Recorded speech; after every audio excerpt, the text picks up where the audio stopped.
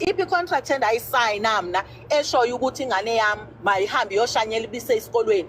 Ngiyazwa nalabo abathi bendi-owisha isikolo mna kwi-statement se-26 kaNovemba 2024 i-school fees sesikole 2000 and something befakele i-statement on the date for ukuthi ngiyibhadale makuphela inyanga kabani kaNovemba. Bendinga-owe isikolo even if bekuthiwa mandi-owe isikolo wena phi ubaninzi abazali baye ba-owe isikolo but loo nto ibingathi ndinikela ngomntana wam ubana mhlambi ke ngenzeka loo nto leyo andisho kuba yenzeke khona but mina beningena-problem nanamntu nje sengokuseyivela kubana kuthiwa hayi ebene-problem naye ebelwa naye laa mntu mna ndimbone the day ndihambe ndiyogada umntwana esikolweni ndihleli phaa ngasesikolweni ndandiqala nokumbona ndandingeke ndimkhombe nasendleleni bendizoba nebhifu naye xa kutheni because even people are asking ubana uphi yena laa dokotela guys ngokokuva kwam because nami bendingayazi I've been asking nami ubana okay udoktor kutheni engasiwekhothi ahambe yothetha ntoni kuthiwa engathi xa sele idokhethi ingene ngaphakathi that's when ke ngoku bekwazi ukumbiza uba makase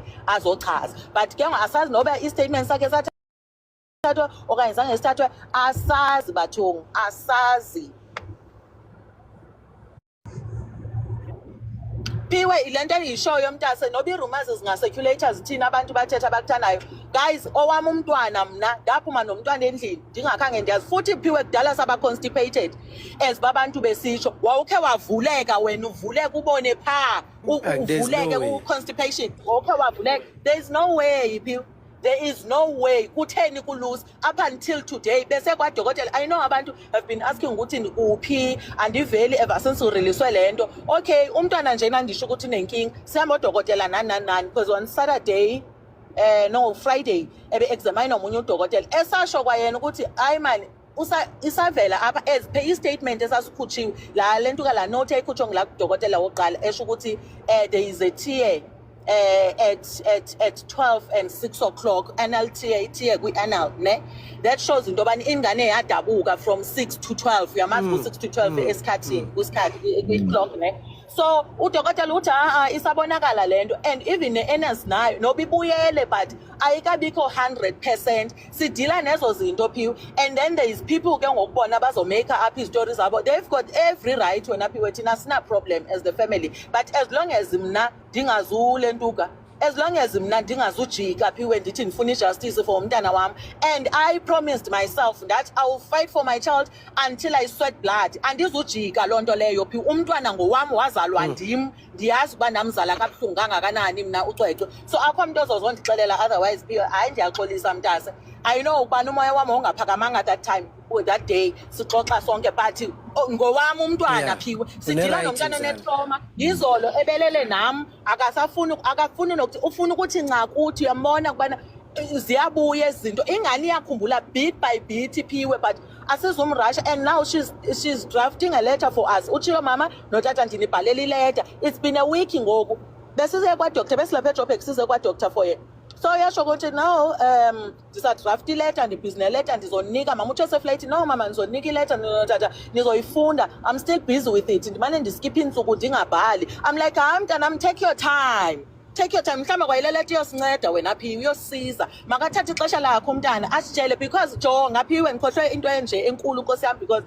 sesokhathi sihambe saya kwi-social worker Phiwe nge-2028 nga-April because bekuyi-holiday mos nge-27 so nge-28 sahamba saya kwi-social worker acela anizosho ukuthi eyakuphi yasicela uba masihambe siye kwi-psychologist yacela uba sihambe siye kuyo for i-session sahamba Phiwe safika nyani uyangena ingane cause kaloku angimelanga ndingene ngokokusho kwakhe mina angimelanga nje ndingene yangena ingane phofu kukuthiwa into eyikhulumile ingane the time sisahleli edining you understand kunento eyikhulumile ngithi mina sisi kunento ekhulunywa ingane and safika la andazi ukuba uthini wathi hayi sisi mina ngizomnaka ngokwami maseyikhona okay fine nyani ingane cause bicele iphayi masaya kwi-session kwi-dining for ukuthi makadle bese uyangena ngaphakathi kwangabi nankinga yahamba ingane phela mina on the other side ingane nje nkosi yami iyaxoxa lapha ngiyabezwa cause ugeli ke unele voice yami so nani ke kuyaxoxa I overheard vele i-conversation because at the end of the day ngikhona la ngikho kude yabona and nabo they were just loud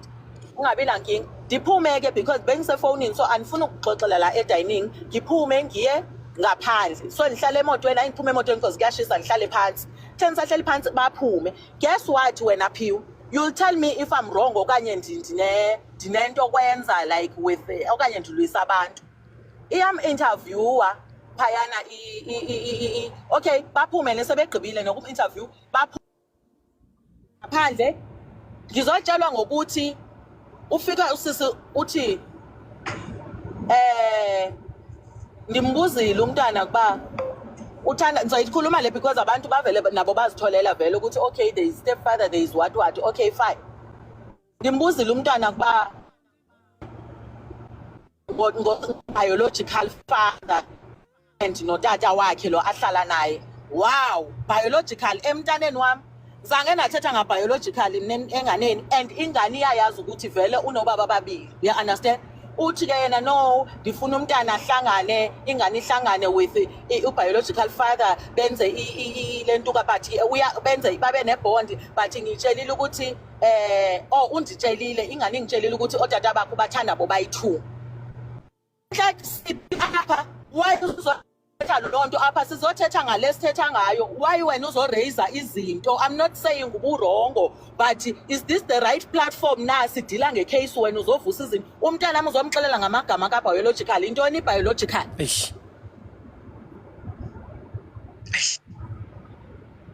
intoni biological Phiwe so you tell me into bana la interview or i-report esubmithwe papa lo muntu obekhuluma ngebiological nani exoxa enganeni unitshela ukuthi uyenzile le bekumele buyenze wait mzala uthi njengoba umntana abamisa lapha for a session ugirl lo beka interview umntana yes ubuze umntana ukuthi who's your biological father igama lakhe and wafuna ukuthi yena abe nebond nobabakhe wangempela exactly undiva kahle mzala oyibhudanga undiva kahle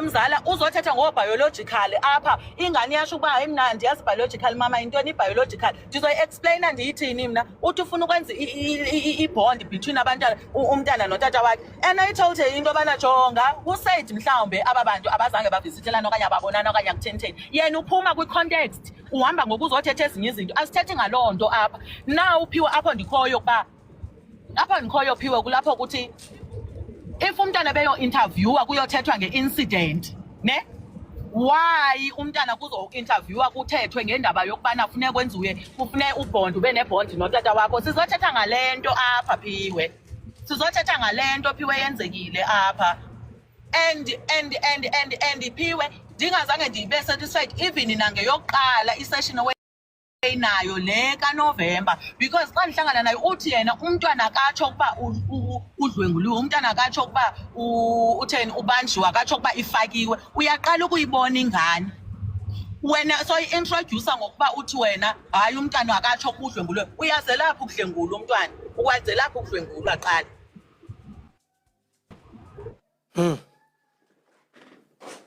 make kudlalwa ngathi bethu ndanditshilo Phiwe emapolisa ndatsho futhi nakwezi department ngathi guys if you feel like the case I'm a pain in you yekeni ndanditshilo mzali and I saw it coming ndathi yekeni le case abafuna ukuyeka Phiwe ngicela ukubuza kuma comment section guys if umuntu uyi-prosecutor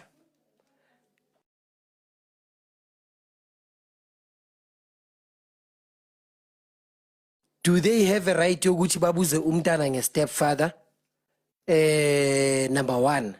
Number 2, banayo i-right yokuthi babuze umntana ukuthi udlwenguliwe maybe first day nge-introduction. Angazi, I just need to understand that first.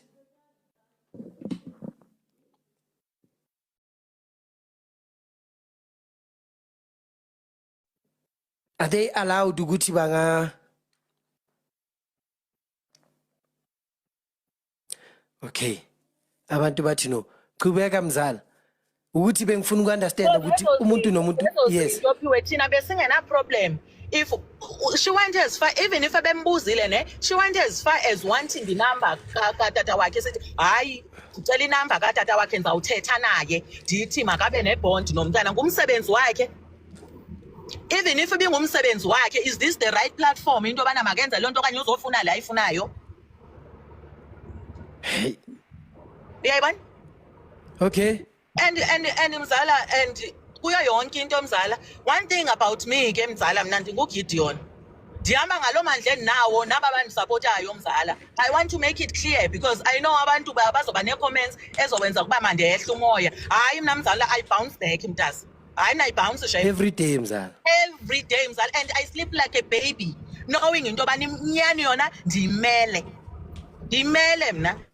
Hey ngoba mzala abantu baku social media bayakhuluma bathi wena ubhadala ama-influencer ukuthi azokhuluma ngale story. Uyabona mangibheka ngithi hayibo phela manje ama-influencer kushuthi nami bayangifaka ke manje la. Nawe bayakufaka kaloku mzala. Angiyithola musi nje imali. I can approach you mzala. I can approach you mhlambe ndikuve ukuba ubuthethe ngecomment ethizeni. Ndiku-approach ndithi mzala yazi ngala comment yakho. Ukasona kaso. Not ukuba kuthiwa mandiphushelwe. Hell no, that's not me mzala. Hayi andinguye lo muntu mzala. No matter mna mzala kuthiwa ndidinga kangakanani but i-desperation yona ndakhula mzala ndiyazi into yobana sisi if akwenzeki ungaze uveze i-desperation yakho ebantwini. That's me mzala. Hayi apho bayaxoka mzala. Bayaxoka nje. Yeah. So mzala uyakhumbula njengoba ubewula ekhaya ne? Yes. Bebathi wena bowungafuni ukuthi umntana bamcheke what uyakhumbula leyo topic beyikhona le? Yeah. Baye bagcina bamcheka umntana after lapho mzala or ba decide ukuthi ubone ndifuna into ebhaliwe. Yazi iphendule wathi nomunye umuntu angizosho ukuthi ubani. Wathi hayi but loyo nto leyo ayonkinga. Ndathi if ayona inkinga bese iziseke ndinike yona. Ngisayimele ke mzala wami up until today. Ngisayimele.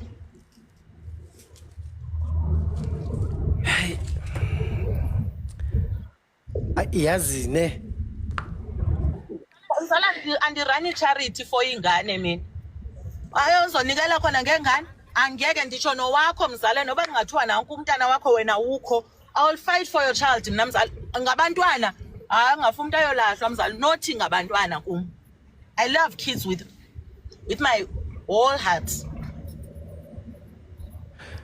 Yazi ngibona abantu bathi kuma comment section uphiwe uphelele umoya. Bafethu it's just that number one le topic is sensitive. Uyabona? And manje I saw a lot many women ba against umama kaCwecwe today. Uyabona? Hayi lo mama one of the reasons why bekalandelela umntana wakhe esikoleni is not ukuthi umntana bekafuna ukuya esikoleni, bekamlandelela because of she wanted to make sure ukuthi akakhulumi na anyone ngale ndaba. Yabona I was like njani ayiza ndinguye lo mzali mna Phiwe. I grew up, I'm a daddy's girl mna.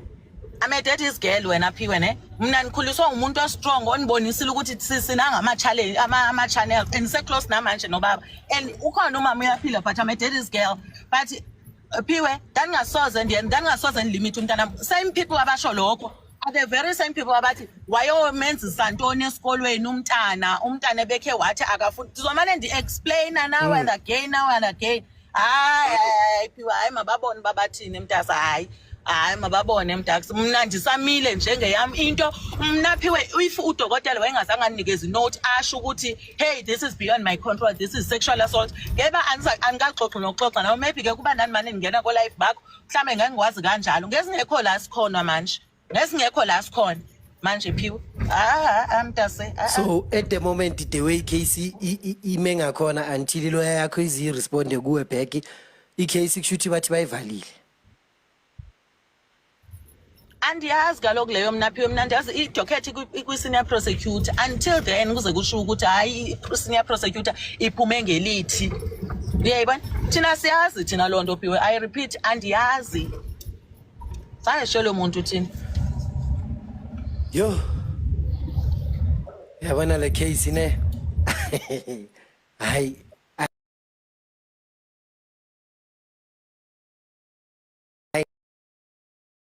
inisa umntana onukela itayera umntana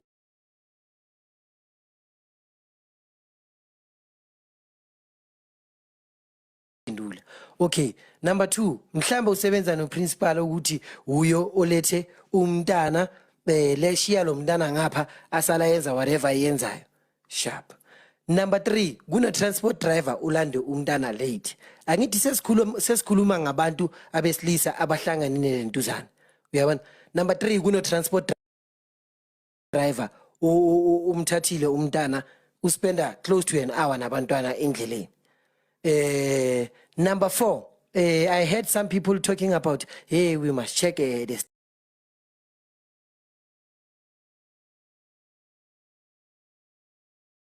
stepfather. Hey, what? So kunabantu abayi-4 manje. Even still kulabo bantu abayi-4. Akekho nomuntu oyi-1 esaziyo ukuthi ubani or i-leader kubani indaba. Kukhona into e-off, guys. Is either kune-brown envelope or kune-information esingayitholi.